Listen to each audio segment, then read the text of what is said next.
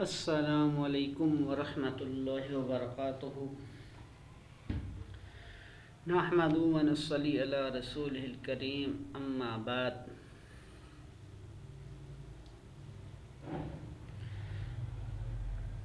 محترم سامعین کرام، ہمارا موضوع چل رہا تھا اسلامی بھائی چارہ۔ اسی موضوع کو آگے بڑھاتے ہوئے آج ہم اسلامی بھائی چارہ یعنی اخوت، اس کے چند تقاضے پڑھیں گے کہ اسلامی بھائی چارے کے کیا کیا تقاضے ہیں، اسلامی بھائی چارہ کس چیز کا نام ہے، اس کے تقاضے کیا ہیں۔ اخوت اسلامی اور اس کے تقاضے، سب سے پہلا تقاضا یہ ہے کہ تعظیم ہو، نہ کہ کسی کی تضحیک ہو، یعنی کسی کی عزت کرنا۔ مسلمان کی عزت کرتا ہے۔ اس کے بعد باہمی تعاون ہو کہ ایک دوسرے کے مددگار بنے۔ تیسرا تقاضا یہ ہے کہ ہمدردی اور خیرخواہی کا جذبہ ہو، آپس میں ایک دوسرے کے مسلمان کا دوسرے مسلمان سے ہمدردی اور خیرخواہی کا جذبہ پیدا ہو۔ اس کے بعد دعا ہو اور استغفار ہو، اپنے مسلمان بھائی کے لیے وہ دعا کرے اور استغفار بھی کرے، اس کے لیے مغفرت کی دعائیں بھی کرتا رہے، اس کے لیے رزق میں، مال میں، جان میں ہر طرح کی برکتیں اور اللہ تبارک و تعالی کی رحمتیں نازل ہو، اور اس کے ساتھ ساتھ اس کے خطاؤں کو درگزر بھی کرے اور اس کو معاف بھی کرے، اور اللہ تبارک و تعالی سے اس اپنے مسلمان بھائی کے لیے مغفرت کی دعا بھی مانگے۔ اور اس کے بعد اس کا تقاضا یہ ہے کہ اس کے حقوق کا خیال کرے، یعنی ایک مسلمان کے دوسرے مسلمان پر جو حقوق ہیں وہ ادا کرے۔ جیسے جب وہ دعوت دے تو اس کی دعوت کو قبول کرے، جب کوئی مشورہ مانگے تو اس کو اچھا مشورہ دے، جب اس کو چھینک آئے تو اس کے چھینک کا جواب دے۔ اس طرح بہت سارے حقوق ہیں ایک مسلمان کے دوسرے مسلمان۔ اس کے بعد رحم دلی و نرم خوئی ہو، اس کے دل کے اندر رحم ہو، نرم خوئی اور نرم ہو، اور نرمی سے اس سے بات کرے، اور اس کے بعد ایثار و قربانی کا جذبہ ہو اپنے مسلمان بھائیوں کے بارے میں۔ انشاءاللہ ہم اس ایک پر قرآن و حدیث سے اس کی وضاحت کریں گے۔ اللہ تبارک و تعالی نے قرآن پاک کے اندر سورۃ آل عمران کے اندر فرمایا، وَاذْكُرُوا نِعْمَةَ اللَّهِ عَلَيْكُمْ إِذْ كُنْتُمْ أَعْدَاءً فَأَلَّفَ بَيْنَ قُلُوبِكُمْ فَأَصْبَحْتُمْ بِنِعْمَتِهِ إِخْوَانًا۔ اللہ تبارک و تعالی فرماتے ہیں کہ میں نے میری اس نعمت کو یاد کرو جس نعمت کی وجہ سے میں نے آپ لوگوں کے درمیان محبت پیدا کر دی۔ اذ کنتم اعداء فالف بین قلوبکم، جس وقت تم آپس میں دشمن تھے، جس وقت تمہاری دشمنی عروج پہ تھی، فاصبحتم بنعمتہ اخوانا، تو اللہ نے اپنی نعمت سے، اپنے فضل سے، اپنے کرم سے تم دونوں گروہوں کو ایک دوسرے کا بھائی بنا دیا۔ وہ وقت بھی یاد کرو کہ تمہارے آبا و اجداد صدیاں جو ہے نا، وہ ایک دوسرے کے خون کے پیاسی تھے، ایک دوسرے سے لڑتے تھے اور جھگڑتے تھے چھوٹی چھوٹی باتوں پر، لیکن اللہ کی نعمت سے آج تم ایک دوسرے کے بھائی بن چکے ہو تو میری ان تمام نعمتوں کو تم یاد کرو کہ میں نے تمہیں اتنی بڑی نعمتوں سے نوازا۔ اسی طرح اللہ کے رسول صلی اللہ علیہ وسلم نے فرمایا مثل المؤمنین فی توادہم وتراحمہم وتفاطفہم مثل الجسد، کہ مومنوں کی مثال آپس کے اندر فی توادہم ایک دوسرے سے محبت کی طرح ہے، وتراحمہم اور ایک دوسرے سے رحم اور کرم کی طرح ہے، اور ایک دوسرے سے ہمدردی کی طرح ہے، مثل الجسد الواحد ایک ہی جسم کے مانند ہیں۔ کس طرح ایک جسم کے مانند ہیں؟ اللہ کے رسول صلی اللہ علیہ وسلم نے فرمایا اذا اشتکا منہ عضو، جب تم میں سے کسی ایک آدمی کے جسم کے اندر کوئی تکلیف ہو تداعی لہ سائر الجسد بالسہر والحمى، تو وہ اس انسان کا پورا جسم اس تکلیف سے کانپ اٹھتا ہے، اس بخار کی وجہ سے پورا جسم کے اندر تکلیف اور شدت محسوس ہوتی ہے کہ اے مسلمانوں تم آپس میں اسی طرح ہی ہو کہ جس طرح ایک مسلمان کا دوسرے مسلمان سے اس طرح کا تعلق ہونا چاہیے، جس طرح تم میں سے کسی کو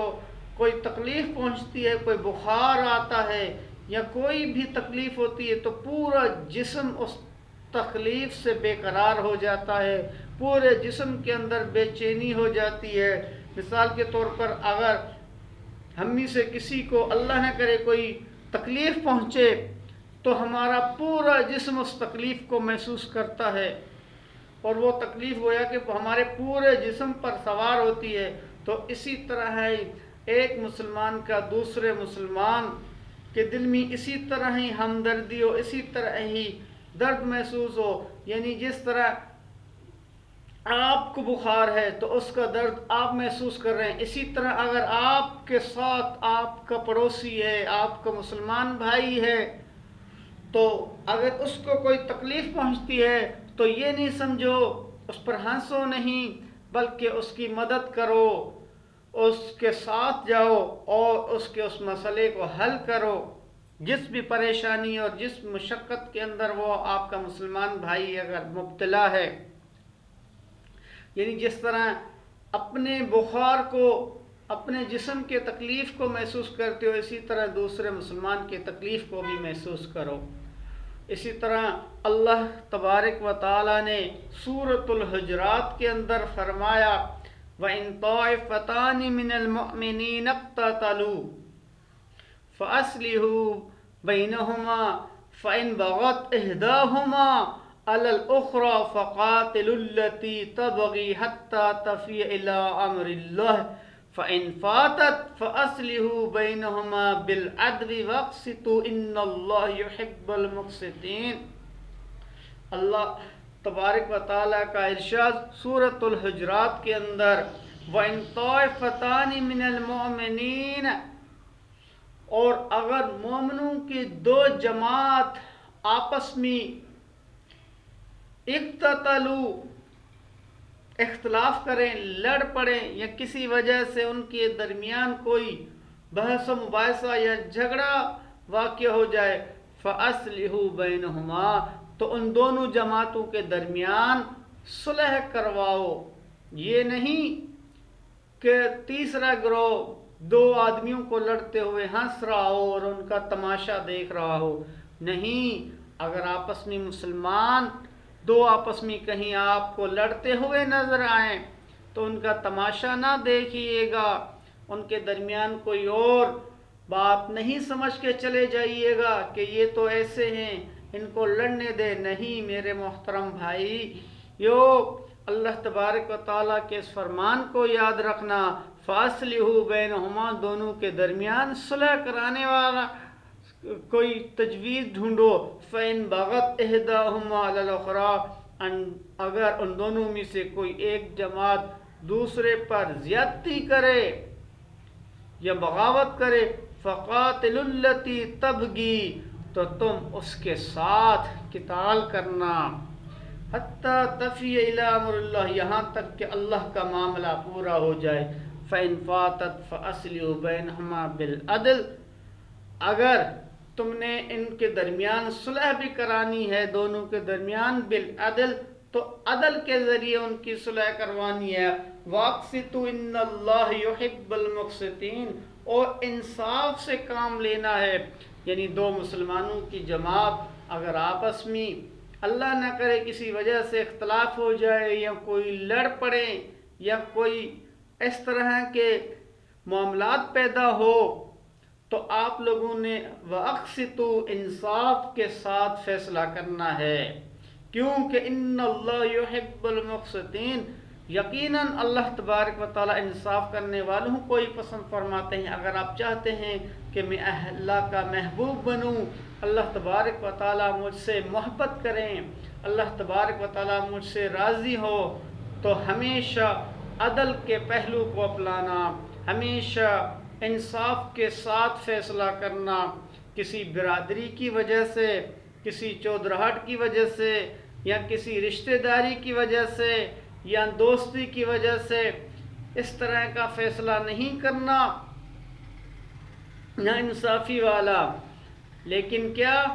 حق کی گواہی دینا اور انصاف کے ساتھ فیصلہ کرنا۔ اسی طرح اللہ تبارک و تعالیٰ کے رسول کریم صلی اللہ علیہ وسلم نے فرمایا، اللہ اخبرکم بافضل من درجۃ الصیام والصدق والصلاۃ، اے میری صحابہ کی جماعت، کیا میں آپ لوگوں کو اس بات کی خبر نہ دوں، کیا میں آپ لوگوں کو اس بات سے آگاہ نہ کروں کہ وہ آدمی جو آپس میں اسلامی بھائی چارے کو قائم کرتا ہے، وہ اس آدمی سے جو صدقے دیتا ہے، جو روزے رکھتا ہے، جو نفلی نمازیں پڑھتا ہے، اس سے بھی وہ بڑھ کر ہو جائے گا۔ اللہ کے رسول صلی اللہ علیہ وسلم کے صحابہ نے فرمایا، قلنا بلا، ہم نے کہا جی ہاں، قال اصلاح ذات البین و فساد ذات البین وہی الحالقہ، کہ بے شک اگر کوئی شخص دو آدمیوں کے درمیان صلح کروا دیتا ہے یا ان دونوں کے درمیان فساد کو ختم کروا دیتا ہے، ہی الحالقہ، تو یہ آدمی اس کو پہنچنے والا ہے، اس کے اجر کو پہنچنے والا ہے، کہ ایک آدمی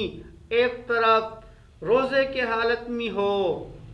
اور نمازیں بھی نہ ہو، نوافل پڑھتا ہو اور صدقات بھی خیرات کرتا ہو، لیکن ایک وہ آدمی ہے جو یہ تینوں نفلی کام تو نہیں کرتا، لیکن مسلمانوں کی آپس میں اصلاح کرواتا ہے، مسلمانوں کو ملاتا ہے، اس کے اخلاق اچھے ہیں اور بھائی چارہ قائم کیا ہوا ہے، تو یہ انسان اس آدمی سے اس ثواب کے برابر پہنچ جاتا ہے جو روزے بھی نفلی رکھتا ہے، صدقات بھی دیتا ہے اور نفلی عبادات میں شامل ہے۔ اسی طرح اللہ تبارک و تعالی سورۃ الحجرات میں ایک اور مقام پر فرماتے ہیں، مسلمانوں کو یہ پیغام دیتے ہوئے کہ اے مسلمانوں، یا ایھا الذین آمنوا لا یسخر قوم من قوم عسى ان یکونوا خیرا منہم، اے لوگوں جو ایمان لائے ہو، نہ مرد دوسرے مردوں کا مذاق اڑائیں اور نہ ہی عورتیں آپس میں ایک دوسرے کا مذاق اڑائیں۔ یا ایھا الذین آمنوا، اے ایمان والو، لا یسخر قوم من قوم، کوئی بھی قوم کا فرد کسی قوم کے فرد کا مذاق نہ اڑائے، عسى ان یکونوا خیرا منہم ولا نساء من نساء عسى ان یکن خیرا منہن، کہ عورتیں بھی آپس میں ایک دوسرے کا مذاق نہ اڑائیں اور نہ ہی ایک دوسرے کا مرد آپس میں مذاق اڑائیں۔ اگر آپ کسی کا مذاق اڑائیں گے ہو سکتا ہے کہ وہ سامنے والا آپ سے درجات میں بلند ہو سکتا ہے وہ سامنے والا آپ سے مقام اور مرتبہ میں اعلیٰ ہو، اللہ کے نزدیک اس کا مقام اور مرتبہ زیادہ ہو۔ آپ کو کیا معلوم اس کے باطن کو آپ کیا جانتے ہیں کہ اس کا باطن میں اللہ سے کتنا رشتہ مضبوط ہے، وہ کتنی اللہ کی عبادت کرتا ہے، کتنا اس کے دل کے اندر اللہ کا ڈر ہے۔ ہو سکتا ہے کہ وہ بہتر ہو، جس طرح آج کل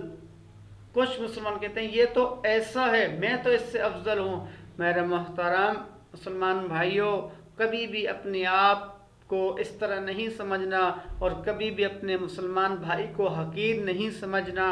کیونکہ ہو سکتا ہے اللہ تبارک و تعالیٰ خود ہی فرما رہے ہیں اَن یکن خیرا منہن، ہو سکتا ہے کہ وہ ان سے زیادہ بہتر ہو۔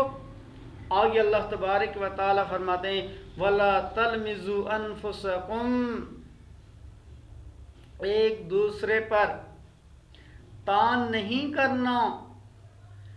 وَلَا تَلْمِزُوا أَنفُسَكُمْ، ایک دوسرے پر تان و تشنی نہیں کرنا، طنز نہیں کرنا، طنزیہ انداز میں کسی سے بات نہیں کرنا۔ ہو سکتا ہے کہ طنزیہ انداز میں آپ تو نہیں، اگلے کے تو نہیں، لیکن تمہارے دل کے اندر اس کو یہ ہو کہ میں اس پر طنز کر رہا ہوں۔ کبھی بھی طنزیہ انداز میں اس طرح بات نہیں کرنا۔ وَلَا تَنَابَزُوا بِالْأَلْقَابِ، اور نہ ہی آپس میں ایک دوسرے کو برے القاب سے یاد کرنا، برے القاب سے یعنی برے لقب سے نہیں یہ یاد کرنا۔ یا جس طرح اگر کوئی چھوٹے قد کا ہے تو اس کو بولے ٹھینگڑے، کبھی بھی اس طرح کے الفاظ نہیں بولنا، کبھی بھی اس طرح کہہ کے اس کو یہ نہیں بلانا کہ یہ تو ایسا ہے۔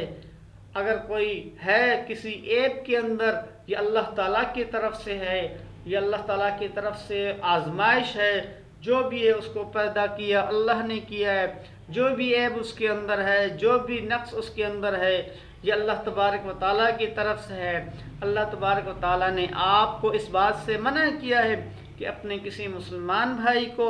برے القاب سے پکاریں یا اپنے مسلمان بھائی کو برے الفاظ سے اس طرح یاد کریں،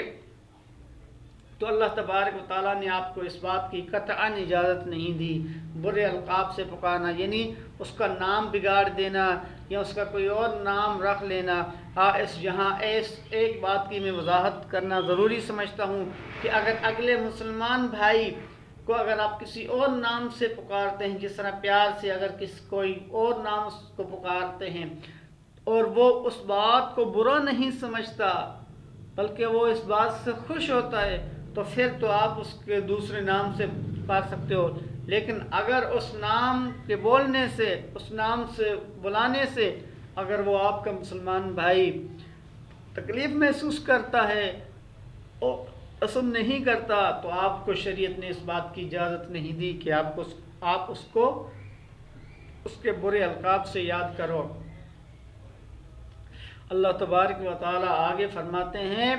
بئس الاسم الفسوق بعد الایمان، ایمان کے بعد فسق میں نام پیدا کرنا بہت بری بات ہے۔ یعنی ایمان کے بعد آپ ایمان لے آئے ہو، اللہ کو مانتے ہو، اب اپنے ایمان کے اندر کوئی بے حیائی والی، کوئی فسق و فجور والی بات یا اس طرح کے نام پیدا کرنا، اس بات کو شریعت قطعاً اس بات کو تسلیم نہیں کرتی۔ وَمَن لَّمْ يَتُبْ فَأُولَٰئِكَ هُمُ الظَّالِمُونَ، اور جو شخص اس بات سے باز نہیں آتے فَأُولَٰئِكَ هُمُ الظَّالِمُونَ، یہ بہت بڑے ظالم ہیں۔ یعنی اللہ تبارک و تعالیٰ کے منع کردے کاموں کو دوبارہ یہ کرتے ہیں، برے القاب سے پکارتے ہیں، دوسروں کو حقیر سمجھتے ہیں اور فسق فجور والے کام کرتے ہیں اور وہ کام کرتے ہیں جن سے اللہ تبارک تعالیٰ نے ان کو منع کیا ہے، ان واضح دلائل کے بعد، ان واضح قرآنی آیات کے بعد بھی اگر وہ اپنے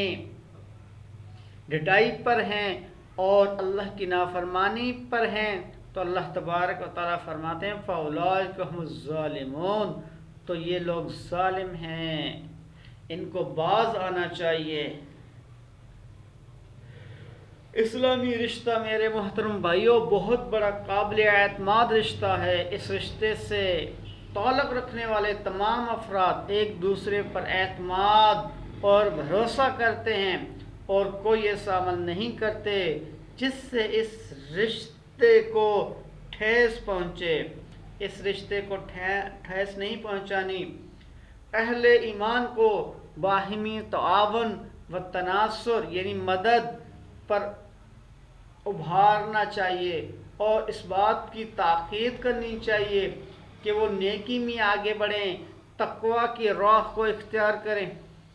اور نیکی اور تقوی کے راہ میں ایک دوسرے کا معاون ہونے ہوں اور گناہ و ظلم و زیادتی کے راستے میں تعاون سے ہرگز نہ کریں۔ یعنی ایک مسلمان کو دوسرے مسلمان کے لیے چاہیے کہ وہ وَتَعَاوَنُوا عَلَى الْبِرِّ وَالتَّقْوَىٰ، نیکی کے کاموں میں اور تقوی کے کاموں میں ایک دوسرے کے معاون بنے، ایک دوسرے کے مددگار بنے۔ یعنی کسی کو نیکی کی دعوت دے، نیکی کے کام میں آگے بڑھیں،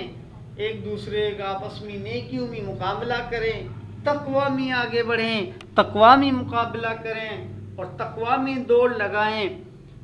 یہ اصل دوڑ ہوتی ہے، یہ اصل مقابلہ ہوتا ہے۔ لیکن افسوس آج کل جو ہماری دوڑ ہے اور ہمارا جو مقابلہ ہے وہ مال کے میں ہے، دکان میں ہے،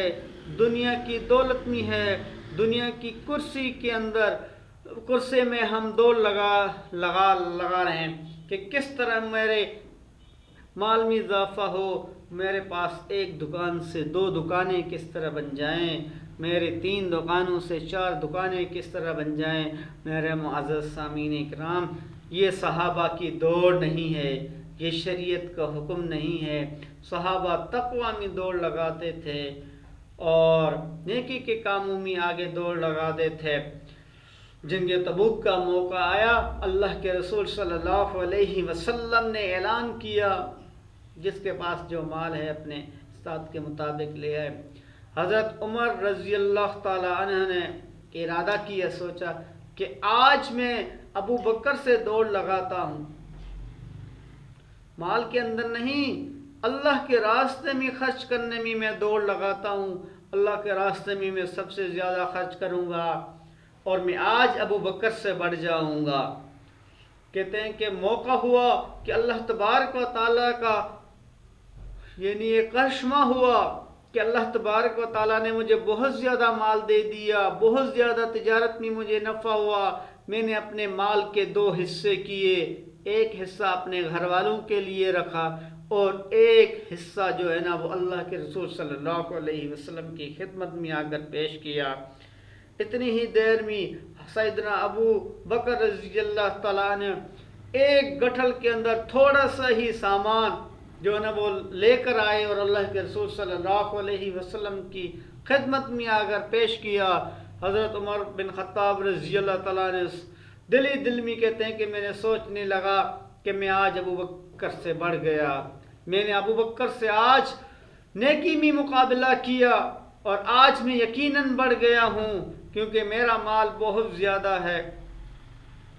اللہ کے رسول صلی اللہ علیہ وسلم نے حضرت ابو بکر صدیق رضی اللہ تعالیٰ عنہ سے فرمایا کہ میرے پیارے صحابی کتنا مال لے کر آئے ہیں؟ ابو بکر صدیق رضی اللہ تعالیٰ عنہ نے فرمایا کہ اللہ کے رسول صلی اللہ علیہ وسلم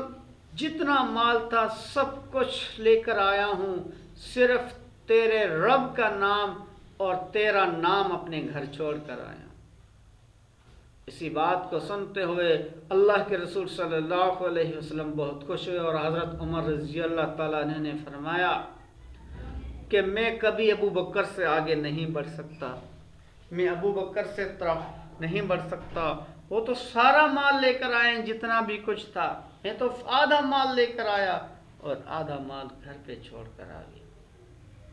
یہ دیکھو کتنا تقوی ہے، کتنی پرہیزگاری اور نیکی کے کاموں میں آگے بڑھ رہے ہیں۔ لیکن افسوس آج ہم کس بات پر جو ہے نا وہ کر رہے ہیں اور کس بات کی طرف جا رہے ہیں۔ اسی طرح اللہ تبارک و تعالیٰ کا سورہ مائدہ کی اسی آیت سے کے ساتھ ساتھ ایک اور آیے اور ارشاد وَلَا تَعَاوَنُوا عَلَى الْإِثْمِ وَالْعُدْوَانِ، ایک دوسرے سے کبھی بھی گناہ پر تعاون نہیں کرنا، کبھی دشمنی پر تعاون نہیں کرنا۔ یعنی اگر کوئی مسلمان اللہ نہ کرے کسی گناہ کے اندر مبتلا ہو تو اس کا گناہ میں تعاون نہیں کرنا، یعنی اگر کوئی لڑائی جھگڑا میں ہے تو آپ اس کی مدد کرو اور آپ ان سے تعاون کرو، والعدوان اور دشمنی، یا کوئی کسی کے دشمن ہے تو ان دشمنوں کا ساتھ دو یا اس کے دشمنوں کے خلاف ان کو بھڑکاؤ، تو اس طرح کبھی بھی ایک مسلمان دوسرے مسلمان کے شان کے لائق نہیں ہے۔ اسی طرح اللہ تبارک و تعالی سورہ توبہ کے اندر فرماتے ہیں والمؤمنون والمؤمنات بعضهم اولیاء بعض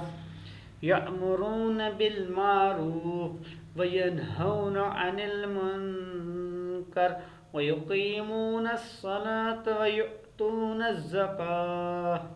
ویطیعون اللہ ورسولہ اولئک سیرحمہم اللہ ان اللہ عزیز حکیم۔ اللہ تبارک و تعالی فرماتے ہیں مومن مرد اور مومن عورتیں آپس میں ایک دوسرے کے بھائی ہیں،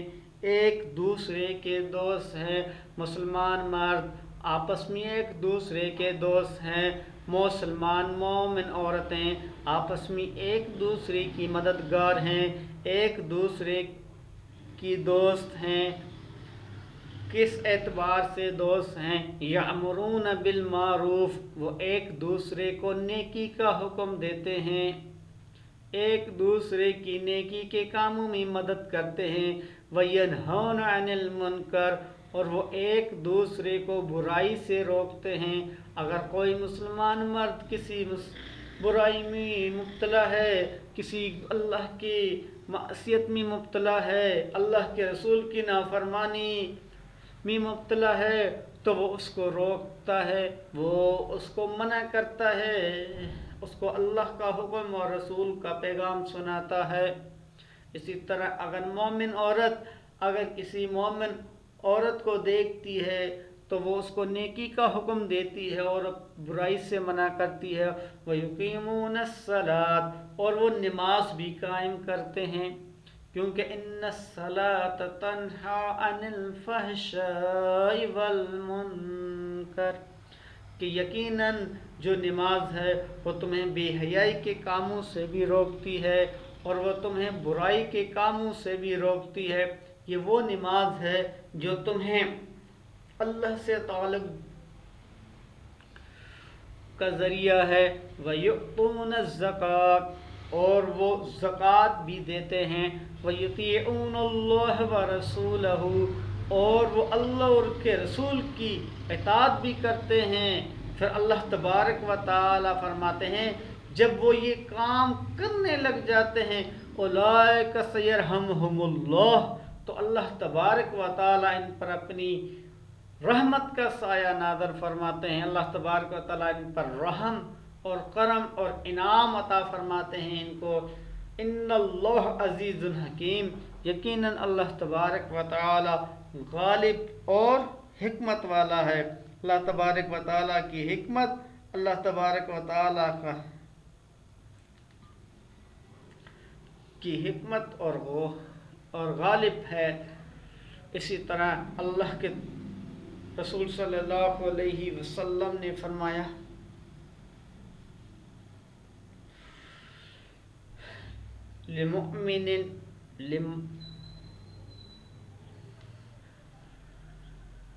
لمؤمن للمؤمن کالبنیان یشد بعضہ بعضا، ایک مومن دوسرے مومن کے لیے کالبنیان ایک دیوار کی مانند ہے، یشدہ بعضہ بعضا، جس طرح ایک دیوار دوسری دیوار کو مضبوط کرتی ہے، یعنی جس طرح ایک اینٹ دیوار کی دوسری اینٹ کو مضبوط کرتی ہے، اسی طرح ہی ایک بنیاد کی طرح ہے۔ یا جس طرح مثال سمجھے کہ یہ بلڈنگ ہے، اس بلڈنگ کی جو چھت ہے، اس کی بنیاد اگر مضبوط ہے تو یہ اس کی چھت مضبوط ہے۔ تو ایک مومن دوسرے مومن کے لیے ایک دیوار کی مانند ہوتا ہے، جس طرح ایک دیوار پہ چھت نہیں قائم ہو سکتی، اسی طرح ایک مسلمان دوسرے مسلمان کے لیے اسی طرح یہ دیوار کی مانند ہے، ایک اینٹ کی طرح ہے۔ اسی وجہ بھی اللہ کے رسول صلی اللہ علیہ وسلم نے فرمایا، اگر کوئی مومن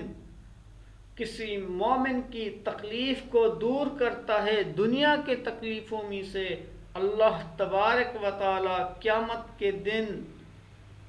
اس کی تکلیفوں کو دور فرمائیں گے،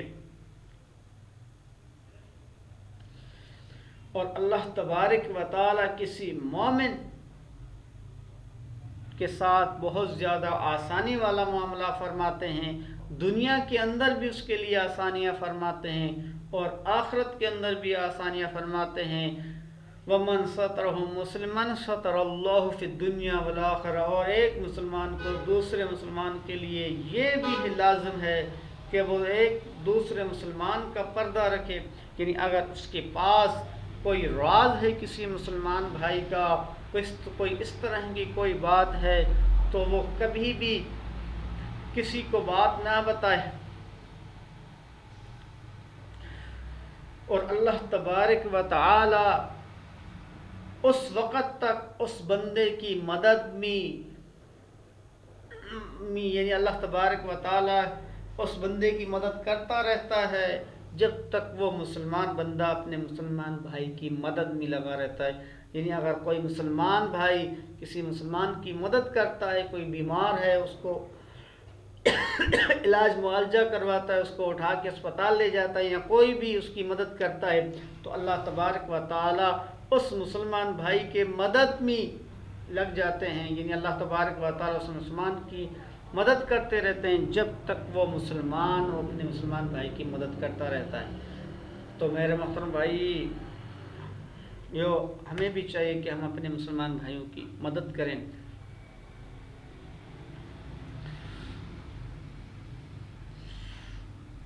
جس طرح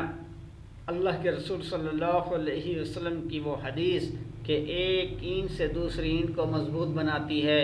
دیوار سے اللہ کے رسول صلی اللہ علیہ وسلم نے تشبیہ دینے کی حکمت یہ ہے کہ جس طرح دیوار کی ہر اینٹ دوسرے اینٹ کو سپورٹ کرتی ہے اور اس کے مضبوطی کا ذریعہ بنتی ہے،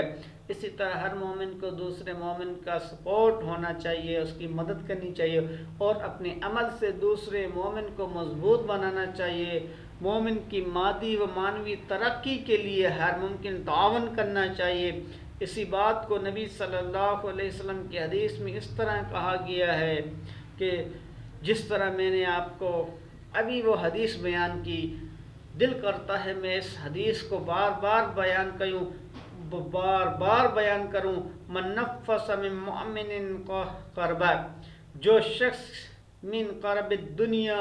کسی مومن کی ایک تکلیف کو دنیا کی تکلیفوں میں سے دور کرتا ہے، نفس اللہ عنہ کربۃ من یوم القیامہ، اللہ تبارک و تعالیٰ قیامت کے دن اس کے غموں کو دور کریں گے۔ وَمَن يَسَّرَهُ عَلَى مُعَسِّرٍ يَسَّرَ اللَّهُ عَلَيْهِ فِي الدُّنْيَا وَالْآخِرَةِ، اور اگر کوئی مومن مسلمان بھائی کسی مسلمان کی مدد کرتا ہے، اس کی مدد میں لگ جاتا ہے، یسر اللہ علیہ فی الدنیا والآخرہ، اللہ تبارک و تعالیٰ اس کے لیے دنیا میں بھی آسانیاں پیدا کرتے ہیں اور آخرت کے اندر بھی اللہ تبارک و تعالیٰ اس کے مومن کے لیے آسانیاں فرماتے ہیں۔ تو یہ اخوت کا تقاضا ہے یہ اسلامی بھائی چارے کا تقاضا ہے کہ ایک مسلمان کے دوسرے مسلمان پر کیا حقوق ہیں۔ آگے اللہ تبارک و تعالی کے رسول صلی اللہ علیہ وسلم فرماتے ہیں وَمَنْ سَتَرَ مُسْلِمًا سَتَرَ اللَّهُ فِي الدُّنْيَا وَالْآخِرَةِ، اگر کوئی مسلمان کسی مسلمان کی سطر پوشی کرتا ہے، اس کی پردہ پوشی کرتا ہے، اس کے عیوب کو ڈھانپتا ہے، تو اللہ تبارک و تعالی اس کے عیوب کو ڈھانپ لیں گے۔ واللہ فی عون العبد ما کان العبد فی عون اخیہ، اور اللہ تبارک و تعالی اس بندے کی مدد میں لگ جاتے ہیں جب تک وہ بندہ اپنے مسلمان بھائی کی مدد میں لگا رہتا ہے۔ جب تک وہ مسلمان بندہ اپنی مسلمان بھائی کی مدد میں ہے، تب تک اللہ تبارک و تعالی اس مسلمان بھائی کے لیے مدد کرتا رہتا ہے۔ اور اس اسلامی بھائی چارے کا ایک تقاضا یہ بھی ہے کہ ہمیں ایک دوسرے کے لیے دلوں کے اندر ہمدردی ہو اور اس کی مدد کا جذبہ پیدا ہو، اور اپنے مسلمان بھائی کے لیے خیر خواہی ہو۔ اسی وجہ سے اللہ کے رسول صلی اللہ علیہ وسلم فرماتے الدین النصیحہ ثلاثاً، اللہ کے رسول صلی اللہ علیہ وسلم نے یہ الفاظ 3 مرتبہ فرمایا کہ الدین النصیحہ، دین خیر خواہی کا نام ہے، دین سراسر خیر خواہی کا نام ہے۔ ایک صحابی فرماتے ہیں میں نے اللہ کے رسول صلی اللہ علیہ وسلم سے اس بات پر بیعت کی کہ میں اپنے تمام مسلمان بھائیوں سے خیر خواہی والا معاملہ کروں گا، خیر خواہی والا معاملہ کروں گا۔ جب بھی میں خیر خواہی والا معاملہ کروں گا، کبھی بھی کسی مسلمان بھائی کا برا نہیں سوچوں گا۔ اللہ کے رسول صلی اللہ علیہ وسلم قلنا، ہم نے کہا لمن یا رسول اللہ، اللہ کے رسول صلی اللہ علیہ وسلم کس طرح ہم خیر خواہی ہے دین، کس طرح دین خیر خواہی کا نام ہے، کس طرح ہم خیر خواہی کریں؟ اللہ کے رسول صلی اللہ علیہ وسلم نے فرمایا للہ ولکتابہ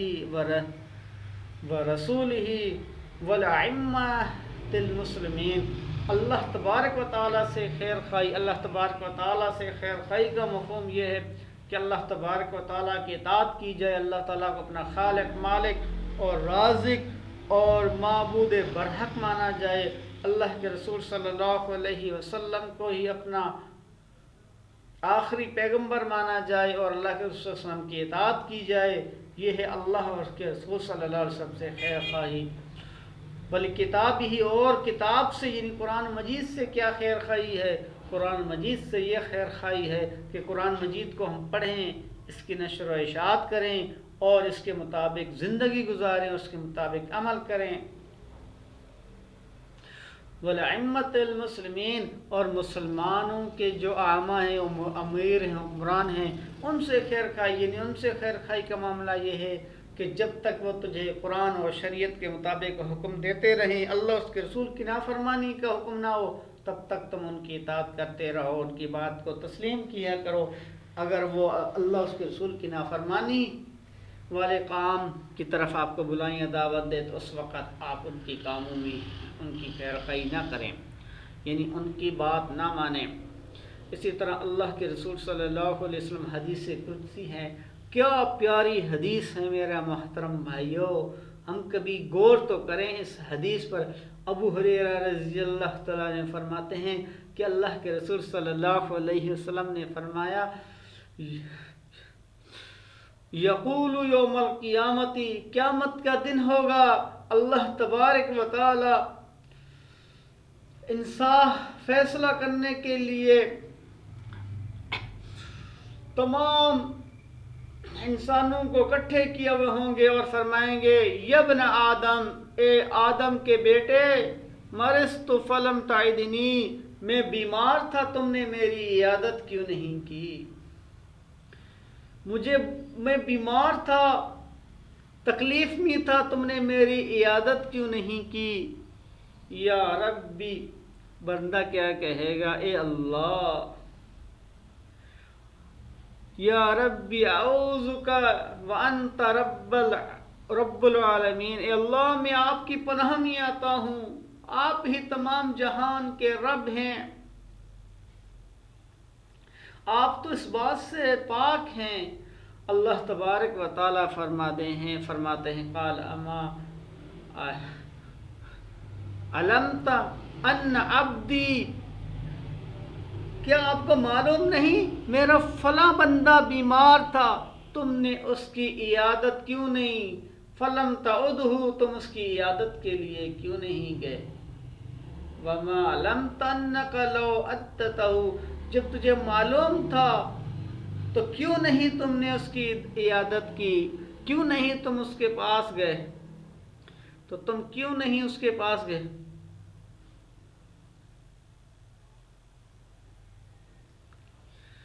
کیوں نہیں؟ پھر آگے اللہ تبارک و تعالیٰ ایک اور بندے سے سوال کریں گے کہ اے ابن آدم، آپ نے مجھے کھانا کیوں نہیں کھلایا؟ اے اللہ، آپ تو کھانے پینے سے پاک ہیں، میں کیسے آپ کو کھانا کھلاتا؟ اللہ تبارک و تعالیٰ فرمائیں گے فلاں بندہ بھوکا تھا، کھانا مانگ رہا تھا، آپ نے کیوں نہیں کھانا کھلایا اس کو؟ اگر تو اس کو کھانا کھلا دیتے تم مجھے وہاں پا لیتے۔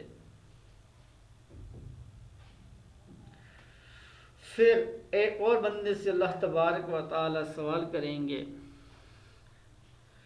کہ اے بندے، یہ ابن آدم، میں پیاسا تھا، آپ نے مجھے کیوں نہیں پانی پلایا؟ وہ بندہ فرمائے گا یا اللہ، آپ تو پانی پینے سے پاک ہیں، آپ تو ان تمام چیزوں سے پاک ہیں، اللہ میں کیسے آپ کو پانی پلاتا؟ میرے بندے، فلاں بندہ میرا پیاسا تھا، تم نے اس کو پانی کیوں نہیں پلایا؟ اگر آپ اس کو پانی پلا لیتے، وہ پانی مانگ رہا تھا، اس کو پانی کی ضرورت تھی، اگر آپ اس کو پانی پلا دیتے تو آپ مجھے وہاں پا لیتے۔ تو اللہ تبارک و تعالی قیامت کے دن ان بندوں سے سوال کریں گے۔ ہم سے بھی سوال ہو سکتا ہے، آپ سے بھی سوال ہو سکتا ہے، مجھ سے بھی سوال ہو سکتا ہے۔ ہم دیکھیں اپنے محلے کے اندر، اپنے رشتہ داروں کے اندر، اپنے علاقے کے اندر، اپنے شہر کے اندر، اپنے ملک پاکستان کے اندر ہم دیکھیں کہ کوئی ایسا شخص تو نہیں ہے جو بھوکا ہو، پیاسا ہو یا ننگا ہو، یعنی جس کے پاس ابھی سردی ہے، سردیوں کی وجہ سے کوئی گرم کپڑے نہ میسر ہو، تو ہم دیکھیں کہ کون سا ایسا مسلمان بھائی ہے کہ کہیں اس کے پاس یہ چیزیں ہیں بھی یا نہیں۔ اگر نہیں ہے تو ہم ضرور اس کو یہ چیزیں میسر کریں۔ ایسا نہ ہو کہ کل قیامت کے دن اللہ تبارک و تعالیٰ سے سوال کریں۔ میرے محترم سامعین کرام، اور اس کے بعد ہم اپنے مسلمان بھائی کے لیے دعا بھی کریں اور استغفار بھی کرتے رہیں۔ اللہ تبارک بھی فرماتے ہیں والذین جاؤوا من بعدهم یقولون ربنا اغفر لنا ولإخواننا الذین سبقونا بالایمان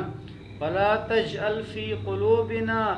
غلا للذین آمنوا ربنا انک رؤوف رحیم۔ اور جو لوگ ان کے بعد آئے وہ دعا کرتے ہیں کہ اے ہمارے رب، ہمیں اور ہمارے ان بھائیوں کو بخش دے جو ہم سے پہلے ایمان لائے، اور ہمارے دلوں میں اہل ایمان کے لیے کوئی کینہ نہ ہو۔ یعنی ہمیں چاہیے کہ جو ہم سے پہلے مسلمان بھائی گزر چکے ہیں، فوت ہو چکے ہیں، ہم ان کے لیے دعائیں مانگے کہ یا اللہ، ہمارے جو مسلمان بھائی مومن موحد اس فانی دنیا سے چلے گئے ہیں، ان کے قبروں کو جنت کا باغ بنا دے۔ یا اللہ، ان کی تمام منازل کو آسان فرما۔ یا اللہ، ان سے قبر کی وحشت کو دور فرما، ان کے قبروں کو کشادہ فرما، اپنے رحمت میں ان کو جگہ عطا فرما اور جنت الفردوس ان کو عطا فرما، اور ان کے بارے میں کوئی بغض اور کینہ نہ ہو۔ اور اسی طرح جو ہمارے مسلمان بھائی زندہ ہیں ان کے لیے بھی دعائیں مغفرت ہم کرتے رہیں۔ اس کے بعد ایک دوسرے کے حقوق کا بھی خیال رکھنا ہے۔ یہ اسلامی بھائی چارے کا یہ ایک بہت بڑا ایک پیار و محبت کا ایک ذریعہ بھی ہے، اسلامی اخوت کا ایک تقاضا بھی ہے کہ ایک دوسرے کے حقوق کا خیال رکھا جائے۔ اسی طرح حدیث کے اندر آتا ہے کہ ایک مسلمان کے دوسرے مسلمان پر 6 حقوق ہیں۔ ویسے تو بہت سارے حقوق ہیں، لیکن اس حدیث کے اندر اللہ تبارک و تعالیٰ کے رسول صلی اللہ علیہ وسلم نے 6 حقوق بیان کیے۔ حق المسلم علی المسلم 6، ایک مسلمان کے دوسرے مسلمان بھائی پر 6 حقوق ہیں۔ اذا لقیت فسلم، جب آپ اس سے ملاقات کریں تو اس کو سلام کہیں، فسلم علیہ، السلام علیکم ورحمۃ اللہ وبرکاتہ کہا کریں۔ وَإِذَا دَعَاكَ فَأَجِبْهُ، جب وہ آپ کو کسی دعوت میں بلائے تو آپ ضرور اس کی دعوت کو قبول کریں۔ یہ نہیں بولیں کہ یہ تو غریب ہے، یہ کیا کھانا کھلائے گا، یہ تو سادہ کون جائے اس کی دعوت میں۔ اور جب اس کو کوئی آپ سے مشورہ مانگے تو اس کو اچھا مشورہ دیں۔ وَإِذَا عَطِسَ فَحَمِدَ اللَّهُ، جب اس کو چھینک آئے تو اس پر جو ہے نا اللہ اس کا جواب دیں۔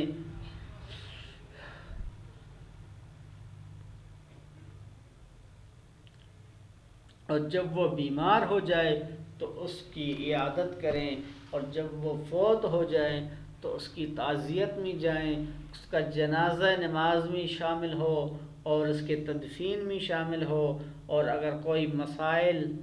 پیش ہو تو ان میں آگے ہو اور ان کے مسائل کا حل کریں۔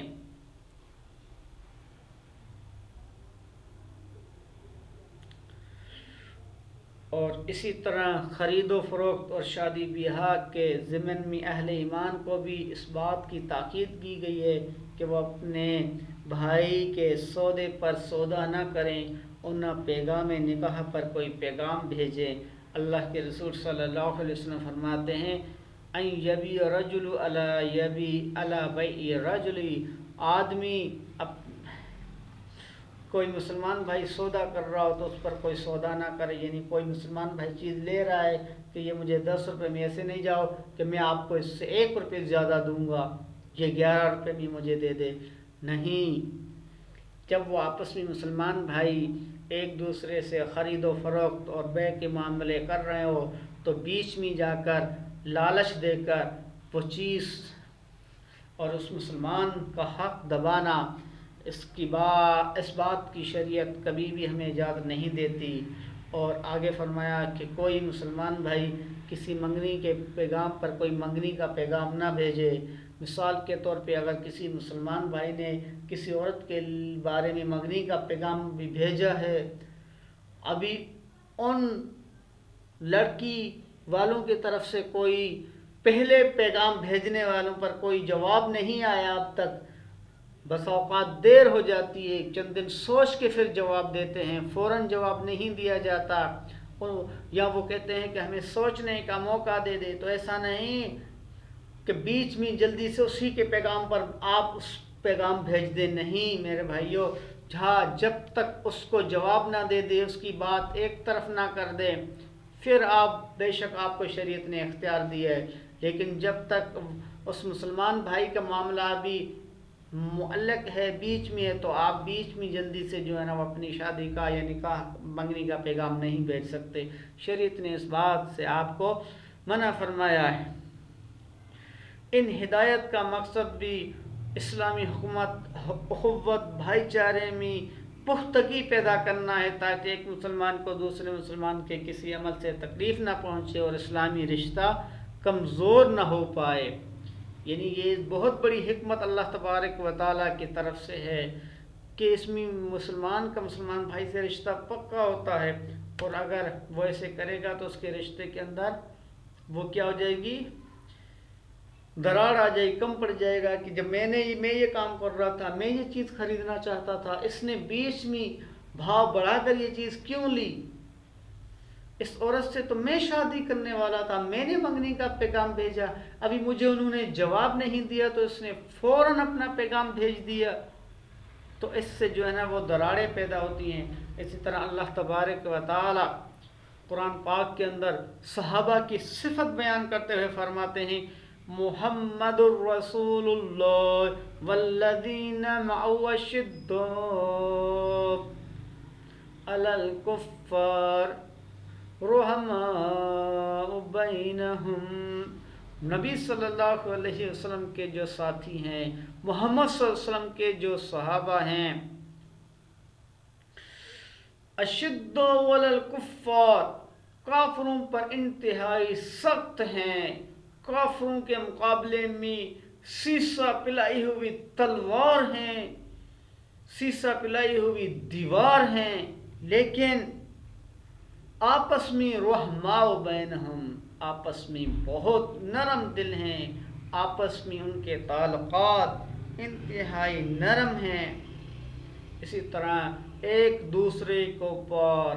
ایثار اور اخوت کا جذبہ بھی ہو، اخوت اسلامی کا یہ بھی تقاضا ہے کہ ایثار اور قربانی کا جذبہ ہو۔ اس عمل کے ذریعے ایک مسلمان اپنے اوپر دوسرے مسلمان کو ترجیح دیتا ہے اور دوسروں کے لیے قربانی پیش کرتا ہے، اپنے بھائی کی بھلائی کے سلسلے میں فکر مند رہتا ہے، اپنی ضروریات پر دوسرے